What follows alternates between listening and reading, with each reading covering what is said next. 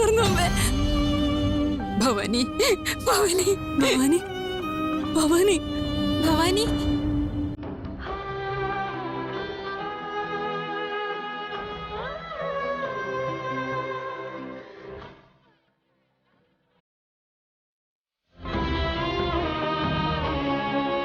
അർജുൻ, ഭവാനി കണ്ണു തുറന്നു.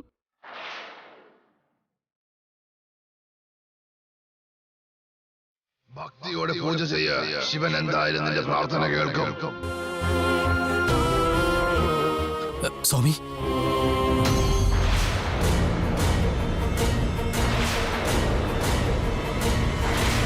ഈ ലോകം സൃഷ്ടിച്ചത് ശിവനായതുകൊണ്ട് ആരുടെയും ക്ഷണമില്ലാതെ ഞങ്ങൾക്ക് എവിടെ വേണമെങ്കിലും പോകാം. ഇഷ്ടമുള്ളിടത്ത് ഞങ്ങൾ താമസിക്കും, ഇഷ്ടമുള്ളിടത്തേക്ക് ഞങ്ങൾ പോകും.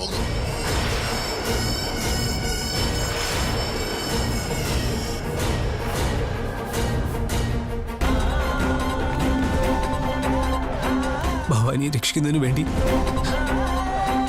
സ്വാമിമാരുടെ രൂപത്തിൽ വന്നത് അങ്ങാണെന്ന് എനിക്ക് മനസ്സിലാവാതെ പോയി. അങ്ങയുടെ മഹത്വം മനസ്സിലാക്കാനാവാതെ ഞാൻ അങ്ങേ എന്തൊക്കെയോ പറഞ്ഞു. എന്നോട് ക്ഷമിക്കൂ മഹാദേവ.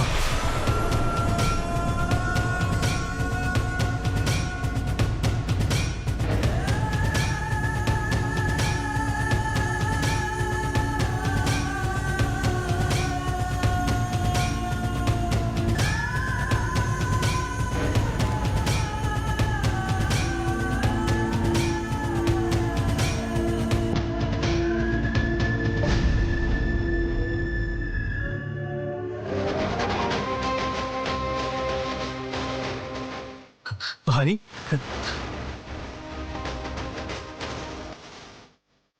ഭവാനി എന്തായാലും കണ്ണു തുറന്നല്ലോ. ഇനി പേടിക്കാനൊന്നുമില്ല. കുറച്ചേരം റെസ്റ്റ് എടുത്തു കഴിഞ്ഞാൽ ഭവാനി ഓക്കെ ആയിക്കോളും. മുത്തശ്ശി, ഭവാനിയെ നമുക്ക് അകത്തോട്ട് കിടത്താം. ശരി മോനെ, ശരി മോനെ.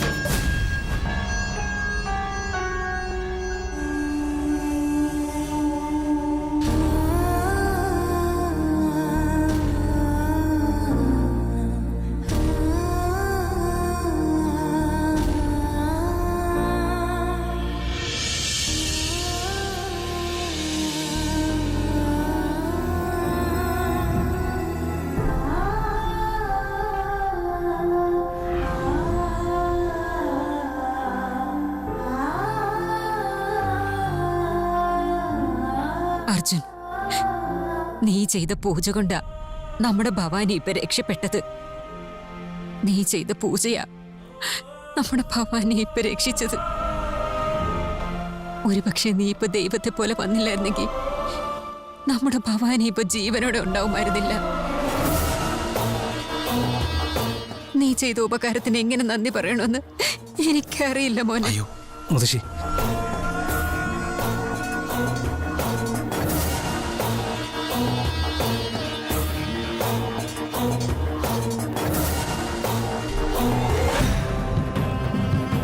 ഈ വീട്ടിൽ നിന്ന് അവനെ അടിച്ചിറക്കാതെ അവനോട് നന്ദി പറഞ്ഞുകൊണ്ടിരിക്കുന്നു.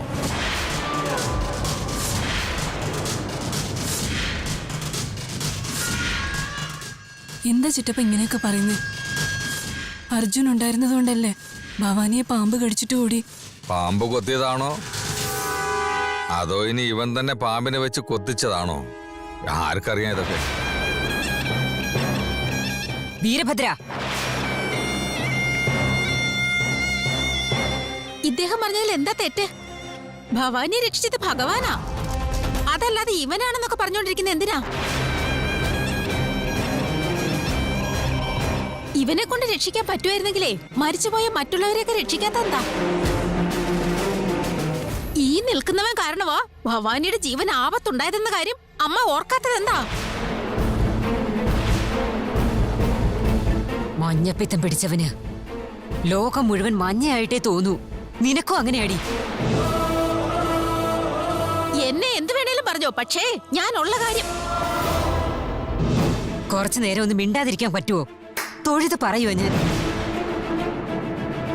എന്നെ ഇവിടുന്ന് അങ്ങനെ ഓടിച്ചു വിടാന്നൊന്നും കരുതണ്ട. ഞാൻ പറഞ്ഞതിന്റെ അർത്ഥം പിന്നീടേ മനസ്സിലാവൂ. മോനെ, നീ ഉള്ളിടത്തോളം കാലം ഭവാനിക്ക് ഒന്നും വരില്ല എന്ന് ഞങ്ങൾക്ക് വിശ്വാസമുണ്ട്.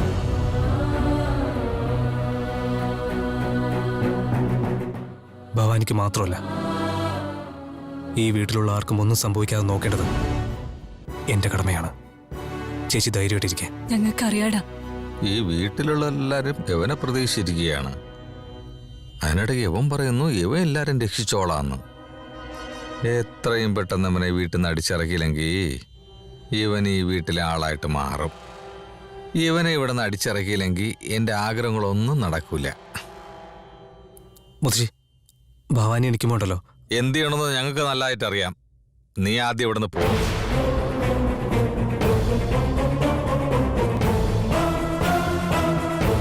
പോവാൻ പറഞ്ഞില്ലേ? നിനക്കെന്നാ പറഞ്ഞ മനസ്സിലാവില്ലേ? രുദ്ര, നീ ആരാണ് അവനോട് ഇവിടുന്ന് പോവാൻ പറയാൻ? അത് മുത്തശ്ശി, അച്ഛൻ പറയാമെന്ന കാര്യം ഞാൻ പറഞ്ഞേ ഉള്ളൂ, അല്ലാതെ വേറൊന്നുമില്ല. എന്റെ മോൻ എന്ത് അധികാരം ഉണ്ടെന്ന് ചോദിക്കുന്നല്ലോ. ഇത് പറയാ ഇവനെന്ത് അധികാരം ഈ വീട്ടിലുള്ളത്? ഇതെന്റെ മുത്തശ്ശന്റെ വീട്, എന്റെ മാമന്റെ വീട്, എന്റെ മുത്തശ്ശി ജീവിക്കുന്ന വീട്. ഇവിടെ ഒരു അംഗത്തെ പോലെ ജീവിക്കുന്നതിന് എനിക്കും അവകാശമുണ്ട്. മുത്തശ്ശന്റെയും മുത്തശ്ശിയുടെയും ചെറുമകനാ ഞാൻ. അത് മനസ്സിലാക്കിയാൽ നിങ്ങൾക്ക് നല്ലത്.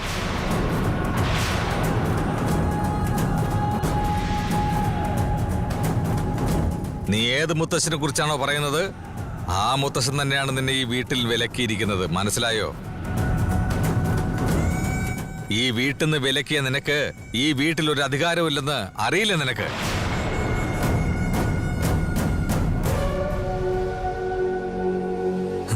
ഇനി ആരെന്ത് പറഞ്ഞാലും ശരി, ഞാൻ എവിടേക്കും പോകുന്നില്ല. ഞാൻ ഇവിടെ തന്നെ ഉണ്ടാവും.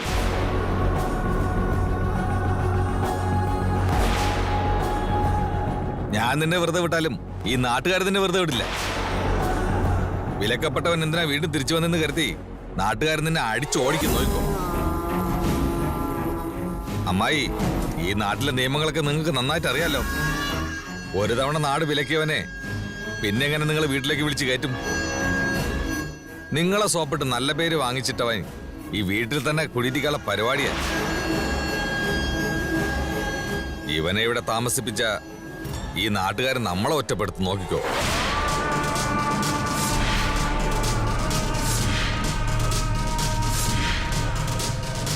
ചിറ്റപ്പ, ഏയ്, ആരടാ നിനക്ക് ചിറ്റപ്പൻ?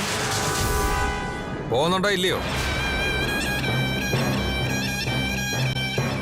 ആവശ്യമില്ലാത്ത സമയത്ത് കയറി സംസാരിക്കുന്നതാണല്ലോ. ഇപ്പൊ എന്താ മിണ്ടായിരിക്കുന്നേ?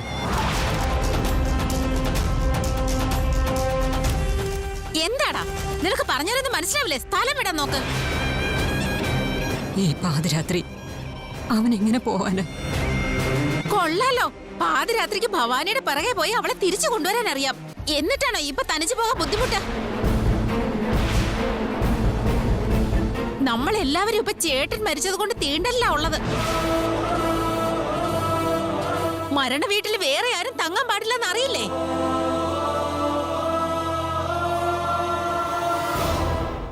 എന്താ അമ്മ ഒന്നും മിണ്ടാതെ നിൽക്കുന്നേ? അമ്മയ്ക്ക് ഒന്നും അറിയില്ല എന്ന് ഭാവിക്കാണോ? മരണ വീട്ടിൽ വേറെ ഒരാൾ തങ്ങിയ എന്തൊക്കെ അപകടം ഉണ്ടാവും അറിയില്ലേ?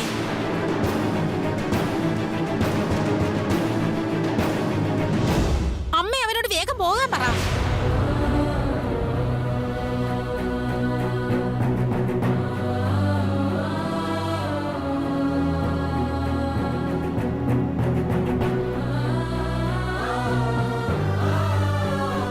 മോൻ ഇവിടുന്ന് പൊയ്ക്കോ മോനെ.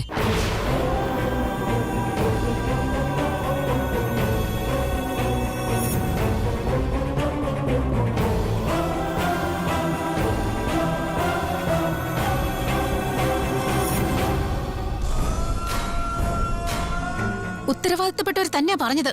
നിനക്ക് പോകാം.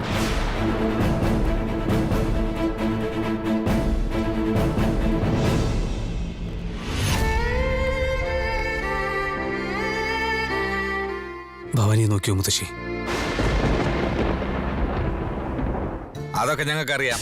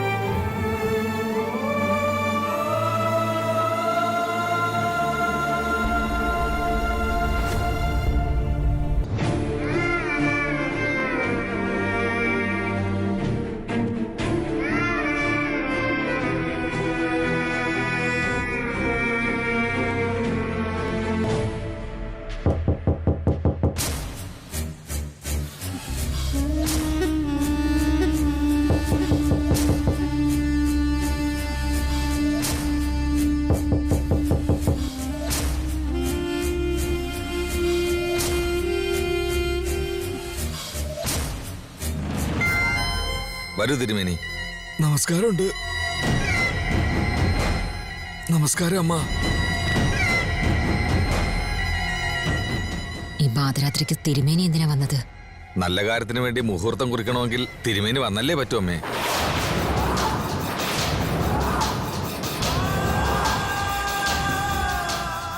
ശുഭകാര്യോ? അതെ. ഇവിടെ എന്ത് ശുഭകാര്യോ? ഭവാനിയുടെ കല്യാണം. അല്ല എന്താ? ഞാൻ പറയുന്ന കേൾക്കമ്മായി, അവനെന്തോ വലിയ സ്നേഹത്തെക്കുറിച്ചൊക്കെ പറഞ്ഞിട്ട് പോയി. നിങ്ങളവൻ രാമനാണ് ദൈവമാണെന്നൊക്കെ പറയുന്നു. നിങ്ങളുടെ സംസാരം കേട്ടിട്ട് നിങ്ങൾ ഭവാനി അവന് എന്നെ കെട്ടിച്ചു കൊടുക്കുന്നതാണ് എനിക്ക് മനസ്സിലായത്. അതെനിക്ക് നേരത്തെ അറിയായിരുന്നു. അതുകൊണ്ടാ ഒരുപാട് വൈകുന്നതിന് മുമ്പ് നമ്മുടെ മോനെ കൊണ്ട് ഭവാനിയെ കല്യാണം കഴിപ്പിക്കാന്നങ്ങ് തീരുമാനിച്ചത്.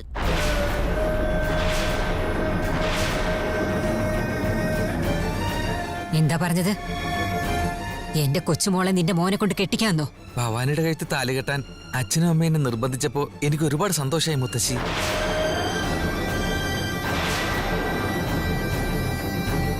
എന്താടാ നീ പറയുന്നേ? അവളുടെ കല്യാണം നീയാണോ തീരുമാനിക്കുന്നേ?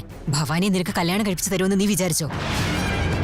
നിങ്ങൾ ഇങ്ങനെ പറയുമെന്ന് എനിക്ക് അറിയാവുന്നത് കൊണ്ട് എത്രയും പെട്ടെന്ന് എന്നെ കല്യാണ മുഹൂർത്തം കുറിപ്പിക്കാൻ വേണ്ടിയാണ് തിരുമേനി വരാൻ പറഞ്ഞത്.